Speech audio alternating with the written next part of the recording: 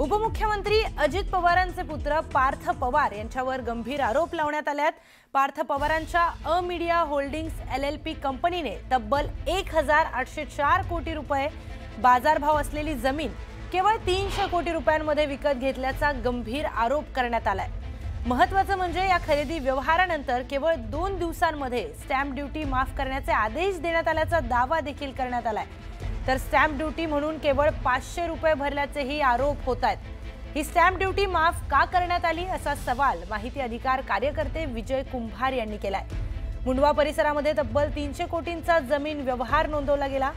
सध्याच्या बाजारभावानुसार या व्यवहारावर सुमारे 21 कोटींची स्टॅम्प ड्युटी भरली जाणं अपेक्षित होतं, पण हा सवलतीचा निर्णय घेतला गेला कारण खरेदीदार महाराष्ट्राचे उपमुख्यमंत्री अजित पवार यांचे सुपुत्र आहेत, म्हणून हा खरेदीवर ही सूट देण्यात आली का असा प्रश्न देखील उपस्थित करण्यात आलाय।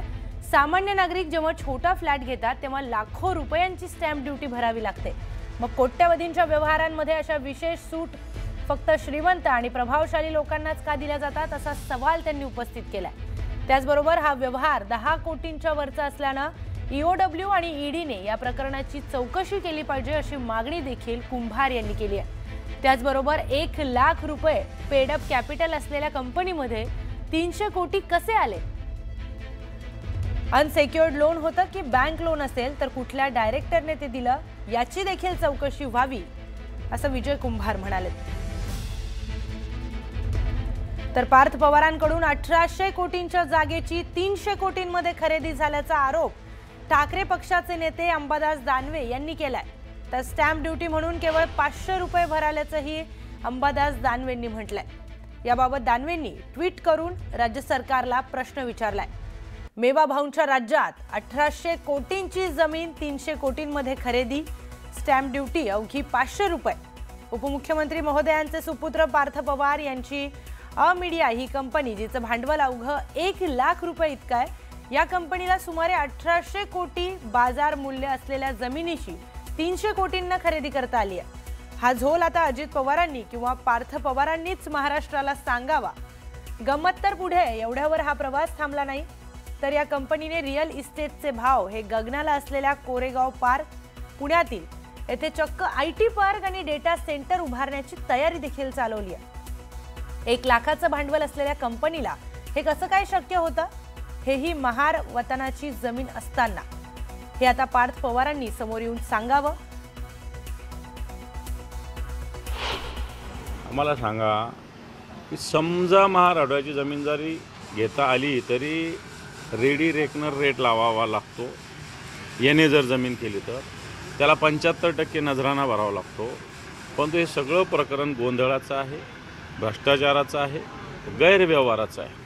आणि सत्ताधारी परवाच्या दिवशी अजितदादा बोलले शेतकऱ्यांना तुम्हाला सगळं फुकट लागतं, फुकट लागतं, फुकट लागतं। तुम्हाला का फुकट लागतं? 1800ची जमीन 300 कोटीत का लागते? मुद्रांक शुल्क तुम्हाला का माफ करावा लागतो? कोणती जागा भूसंपादन झालेली रेअर केस असते जी वापस देणं, परत देणं। पहिली गोष्ट तर असं जागाच परत देतात नाही। जर असं जर झालं असेल तर मला असं वाटतं महाराष्ट्रातले अनेक लोक आपली जागा परत मागतील, कारण अनेक प्रकल्पासाठी जागा संपादित झालेल्या आहे। रस्त्यासाठी, विविध सिंचनाचे प्रकल्प असते त्याच्यासाठी, कोणी शॉपिंग कॉम्प्लेक्ससाठी, कोणी वेगवेगळ्या जागेसाठी, एज्युकेशन झोन, असे अनेक प्रकल्प भूसंपादित झालेले असतात। परंतु मूळ मालकाला हे परत देणं अतिशय दुर्मिळ बाब असते आणि ही बाब कोरेगाव पार्कसारख्या अतिशय महत्त्वाच्या भागात पुण्यात घडलेली। नियम तुमच्यासाठी सगळे गुंडाळून ठेवले ना, की जमीन जी ॲक्वायझेशन झालेली परत कशी मिळते हा नियम आहे का? मग महाराष्ट्रातले अनेक शेतकरी, अनेक लोक उद्यापासून चला मागतील जमीन आमचं भूसंपादन झालेलं परत द्या, तर सरकार देणार का? हा माझा पहिला प्रश्न आहे। वतनाची जमीन कशाला म्हणतात? ही जमीन पार्थ पवारला कशी देऊ शकतात? पार्थ पवारच्या कंपनीला कसं देऊ शकतात? तुम्ही फुलेशाहू आंबेडकरांचा महाराष्ट्र म्हणतात, सर्वसामान्य माणसाला दिलेली असलेली ही जमीन असेल तर ती एखाद्या महार वतनाच्याच माणसाला मिळाली पाहिजे। आणि कोणता नियम पार्थ पवारांनी पाळला हे पार्थ पवारांनी सांगावं। या सगळ्या विषयाचा खुलासा पार्थ पवारांनी करावा। कोणाचा पुत्र असला म्हणून नियम कायदे राज्य काही त्यांच्या नावावर अजितदादाच्या नावावर महाराष्ट्र राज्याचं PR कार्ड नाही केलेलं. कुठेही यावं आणि कोणतंही घ्यावं. पार्थ पवार जर राज्याच्या अर्थमंत्र्याचा पुत्र असेल असावा, त्याच्याविषयी काय प्रश्न. त्यांनी संपत्ती कमावी त्याच्याविषयी काय ऑब्जेक्शन असायचं आहे का? कारण नाही. मराठी माणसांना अशा कंपन्या स्थापन कराव्या याच्याविषयी काय ऑब्जेक्शन असायचं का? पण नियम कायदे डावलून मग पार्थ पवाराला जे नियम लागू ते लोकांनी लागा. आम्ही आत्ता आवाहन करतो, ज्याचं भूसंपादन झालं आणि तिथं काहीच काम नाही झालं त्याला जमीन वापस मागा. उद्यापासून अर्ज मागवतो. सरकारने 2 दिवसात निर्णय घ्यावा त्याच्यावर. अजून ह्या प्रकरणाचं डिटेलमध्ये जावं लागेल. पण जर अजितदादाचा राजकीय वापर राजकीय हे केला असेल तर मला असं वाटतं अजितदादासारखी व्यक्ती फार नाकानं कांदे सोलते ना, त्यांना याचं उत्तर द्यावं लागेल. मुळात हा व्यवहारच पहिल्यांदा रद्द होण्याची आवश्यकता आहे. कारण जमिनीचा मालक सरकार आहे, खरेदी विक्री होऊ शकत नाही. हा 420चा गुन्हा आहे. पहिल्यांदा यांच्यावर 420 अंतर्गत या दोघांवरही गुन्हा दाखल झाला पाहिजे, ही आमची मागणी आहे. ही फसवणूक आहे. सरकारच्या जमिनीची परस्पर विक्री करणं. आता इथे खरं म्हणजे ईडी CBI काय झोपले आहेत का ही लक्षात घेतलं पाहिजे. अशा व्यवहारामध्ये त्वरित लक्ष घातलं पाहिजे. हे प्रकरण इतकं मोठं आहे की यामध्ये लक्ष घालण्याची आवश्यकता आहे असं मला वाटतं. आणि 300 कोटीच्या व्यवहारामध्ये केवळ एक की IT पार्कचा रिझोल्युशन ही कमी आपली ही भागीदार कंपनी एक रिझोल्युशन पास करते आणि त्या भरोशावर मुद्रांक शुल्क माफ केला जातो. हा तर पराकोटीचा अपराध आहे. ही बातमी आहे पार्थ पवार यांच्या कंपनी संदर्भातली. उपमुख्यमंत्री अजित पवार यांचा मुलगा पार्थ पवार याच्या अमिडिया होल्डिंग्स LLP कंपनीनं तब्बल 1804 कोटी रुपये बाजारभाव असलेली जमीन फक्त 300 कोटी रुपयांमध्ये विकत घेतली असा गंभीर आरोप करण्यात आलाय. महत्त्वाचं म्हणजे या खरेदी व्यवहारानंतर केवळ 2 दिवसांमध्ये स्टॅम्प ड्युटी माफ करण्याचे आदेश देण्यात आले असा दावा देखील करण्यात आलाय. स्टॅम्प ड्युटी म्हणून केवळ 500 रुपये भरल्याचाही आरोप करण्यात आलाय. ही स्टॅम्प ड्युटी माफ का करण्यात आली असा सवाल माहिती अधिकार कार्यकर्ते विजय कुंभार यांनी विचारलाय. मुंढवा परिसरात तब्बल 300 कोटींचा जमीन व्यवहार नोंदवला गेलाय. सध्याच्या बाजारभावानुसार या व्यवहारावर सुमारे 21 कोटींची स्टॅम्प ड्युटी भरली जाणं अपेक्षित होतं.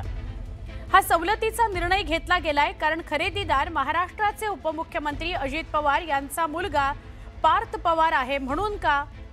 सामान्य नागरिक जेव्हा छोटा फ्लॅट जरी घेतो तेव्हा लाखो रुपयांची स्टॅम्प ड्युटी भरावी लागते.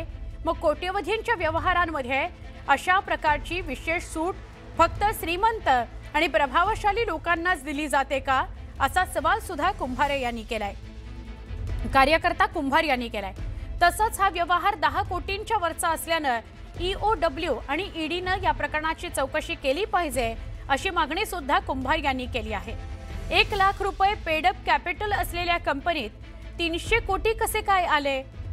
अनसिक्युअर्ड लोन होतं की बँक लोन असेल तर कुठल्या डायरेक्टरने ते दिलं असेही प्रश्न उपस्थित करण्यात आलेले आहेत.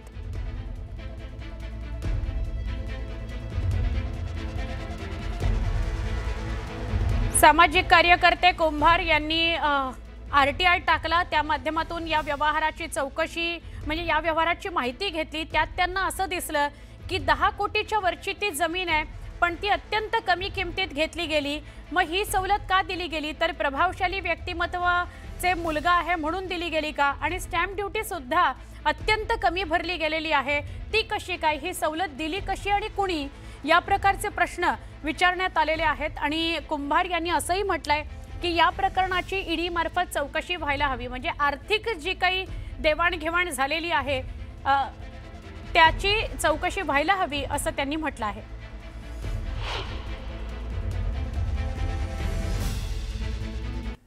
तर जमीन व्यवहार वादाच्या भोवऱ्यात सापडल्यावर अंबादास दानवेंनी काय ट्विट केले ते बघूया. मेवा भाऊंच्या राज्यात 1800 कोटींची जमीन 300 कोटीत खरेदी, स्टॅम्प ड्युटी अवघी 500 रुपये.